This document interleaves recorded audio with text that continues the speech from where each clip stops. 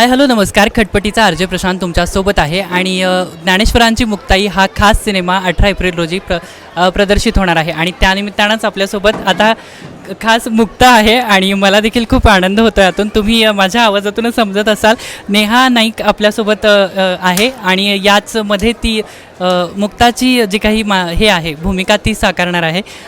Ma'am काय सांगाल, कसा होता एक्सपिरियन्स ज्यावेळेस तुम्हाला समजलं की ही भूमिका तुम्हाला करायची आहे? होकार कधी दिला?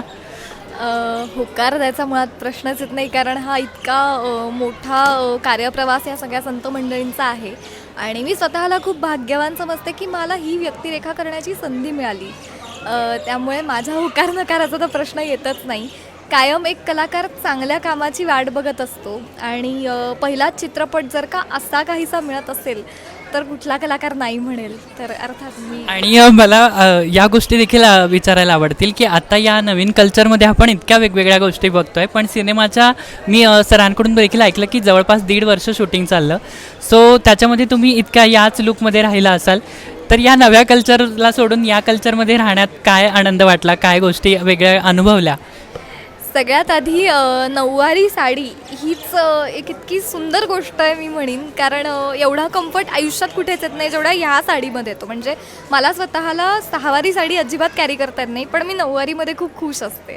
त्यामुळे हा गेटअपच फार सुंदर आहे. ओके, आम्हाला सिनेमामध्ये तर पाहायला मिळणारच आहे, पण एकंदरीत मुक्ताचा स्वभाव थोडाफार आम्हाला ऐकायला मिळेल की कशी होती ती? मुक्ताई जेवढी प्रेमळ होती तितकीच कठोरही होती आणि तिने तिच्या 3ही भावांवर खूप माया केली. म्हणजे ती सगळ्यात लहान होती, पण सगळ्यात लहान असूनही तिने 3ही भावंडांचा एक माय म्हणून तिने सांभाळ केलेला आहे आणि तितकीच ती कणखर होती खूप मी म्हणेन, कारण शेवटी आदिशक्तीचं रूप ते आणि फारच म्हणजे काय म्हणू, एक वेगळीच असामान्य स्त्री होती ती. मला एक लास्ट प्रश्न विचारायला आवडेल की संपूर्ण दिवसभरात आज जो काही कार्यक्रम आज इथं आपण अनुभवतो आहे हा तुम्हाला हसू येईल कदाचित, पण शक्यतो सगळ्यांनी येऊन तुमचं दर्शन घेत होते. काय अनुभव होता या सगळ्या गोष्टींचा? खरं तर मला खूप भीती वाटत होती, म्हणजे अजूनही वाटते आहे खरं तर, कारण एवढी लोकं येत आहेत श्रद्धेने आणि माझ्या पाया पडत आहेत. बरं, मला असं होतं की मी फक्त मुक्ताईंच्या वेशात आहे, मी नेहा आहे, त्यामुळे मला खूप भीती वाटत होती आणि अक्षरशः अंगावर काटा येत होता. कारण मगाशी आत्तासुद्धा असे येत होते मी इथे, तर एक मावशी आल्या आणि त्यांच्या हातात एवढंसं तानं बाळ होतं आणि ते बाळाचं डोकं त्यांनी माझ्या पायावर ठेवलं, तर मला अक्षरशः डोळे भरून आले माझे की बापरे. त्यामुळे वेशात असल्यामुळे मलाही कोणाच्या पाया पडता येत नाही आहे, पण मी अक्षरशः कृतकृत्य आहे की लोक येऊन माझ्या पाया पडत आहेत. मी इतकी महान नक्कीच नाही, हे मुक्ताईंचं कार्य आहे आणि मुक्ताई समजून माझ्या पाया पडत आहेत, ही खूप मोठी गोष्ट आहे.